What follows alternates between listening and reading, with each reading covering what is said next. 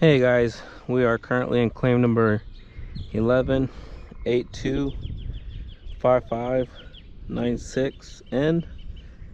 That's claim number 1182S596N. Now, we're gonna have a quick overview. We're gonna be doing a repair attempt here, but before we do the repair attempt, I did want to do a quick overview on Mr. and Mrs. Castillo's roof. For one, we do appreciate you guys actually taking the box fence into consideration. You know, since the box fence do need to be replaced, I did want to bring this to your guys' attention. Whenever removing these box fence, all the shingles that need to come with it. So as you can see here, to remove this box vent, we have these shingles right over it. We also have this ridge right over this box vent, again, which was taken into consideration. So we do have 1, 2, 3, 4, 5, 6 box vents the roof was written up for, all in which that are sitting right over the ridge. So again, we do need to make sure we remove all this ridge in order to get to these box fence. And again, we have these shingles sitting over the box fence. Not to mention the bottom ones, since the bottom ones would be compromised, we would need to actually remove those as well. I want to go over some other shingles that also need to be replaced, that we're also taking into consideration on the day of the inspection. This is one shingle that's been affected by some wind, as you can see. Now I did go and chalk this area up to go in and explain what happens when we replace this shingle. Now when we replace this shingle, we do have to dig into what's called here is the valley, and the valley has your ice and water shield. Now the valley would get compromised because whenever removing this shingle, not only do we need to remove these nails here, we also need to remove the nails here. So one thing about valleys and the ice and water is you do not want to puncture those or make any holes on them. We leave even the slightest hole here, there's a very big chance that this area will leak. So the only way we could avoid that though is if we went ahead and replace this whole ice and water, all the ice and water in this area, you know, in order that we could warranty this repair. Again, if we go ahead and dig into this shingle, we will also leave some areas here with new holes from the old shingle that was removed. Now as you can see, the house is covered up in hail damage as well. You see right here, you see right there. There was a few things that were taken into consideration when it came to hail. I know the box fence were one of them. I know the other thing that wasn't taken into consideration was the chimney cap, and you can see hail dings all over this chimney cap as well. Again, there's quite a bit of hail. I'll go over that in the back end. That wasn't taken into consideration, but is here on the roof. I did want to go over this shingle as well, because it is one shingle that we would also most likely need to start digging into this ridge. Another reason why we would need to tear into this ridge, not just because of the box fence, but because of that shingle too. There's another shingle that's sitting really close to the ridge right here too. That'd be the same issue. When replacing this shingle, we'll dig into this ridge. Again, there's hail all over the roof that wasn't taken into consideration.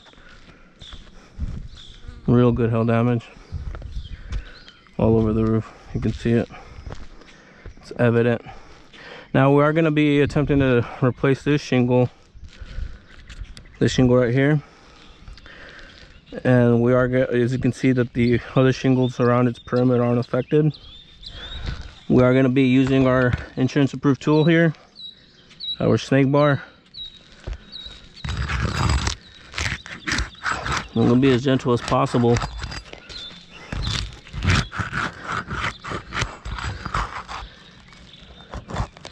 I'm going to be moving as gentle and as careful as possible.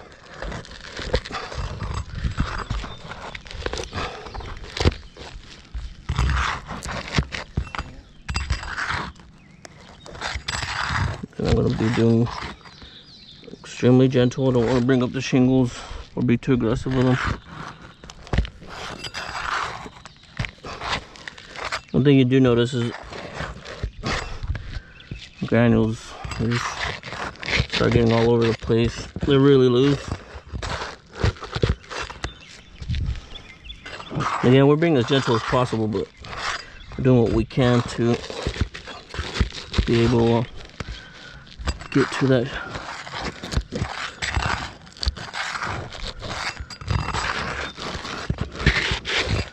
There we go.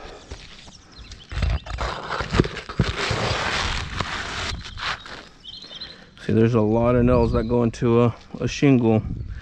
Again, that's why I was bringing up the valley. You dig into that valley, we'll have a lot of open holes on the ice and water.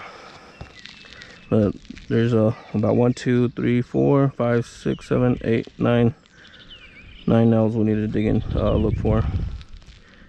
Make sure, I'm gonna make sure we put them all back too.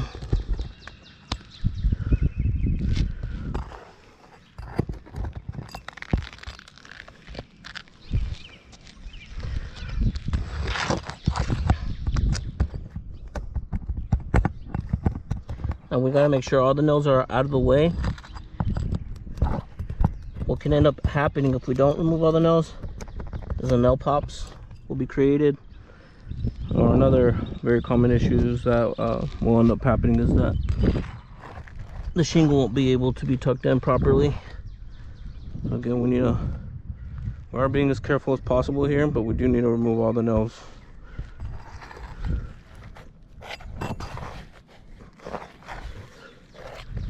And being as gentle as possible here, removing all those nails. I believe we should be on the, nope, there's one more here.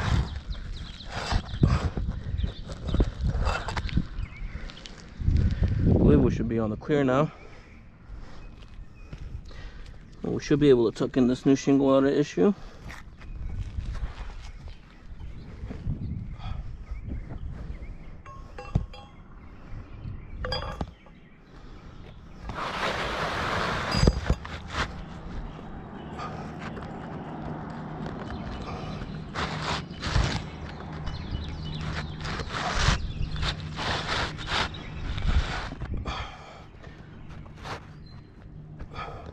I think there's a nail here. Yep, I mentioned if we don't get all the nails, we can't tuck in that new shingle.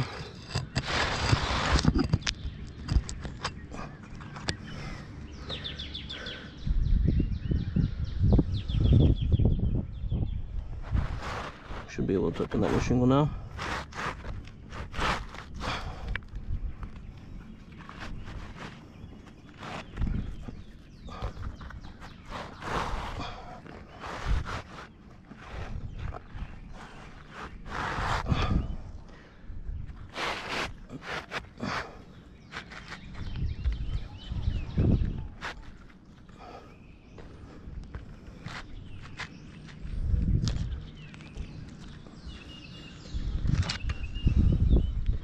So now we're able to tuck in that new shingle.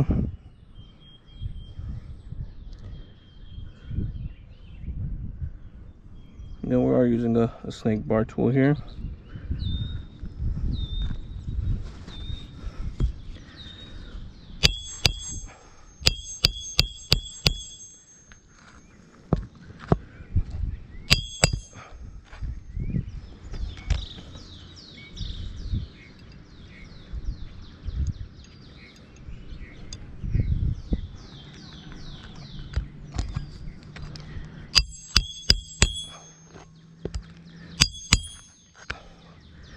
you actually pay close attention, you can start hearing granules just racing down the roof whenever nailing down the new shingle.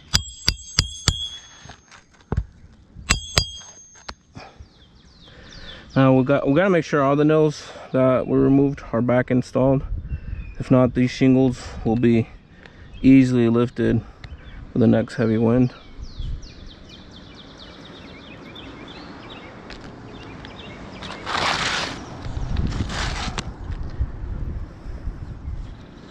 Then we need to make sure all the nails are back on.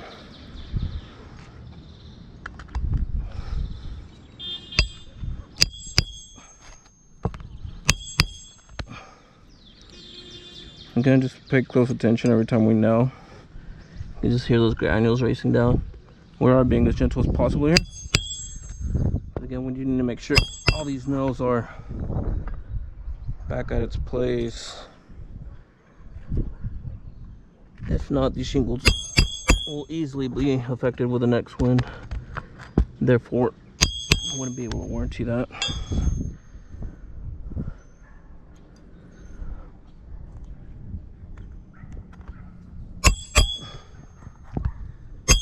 And again, I'm just putting back the nails that I removed. We need to make sure all the nails are back. But I believe we should be on the clear there. Yep. Now we went ahead and replaced the shingle. We were as careful as possible. Like I mentioned, we were going to be as gentle as possible. But unfortunately, there has been new damage created when replacing that old shingle for this new shingle. As you can see here, this crease wasn't previously there. Neither was this one.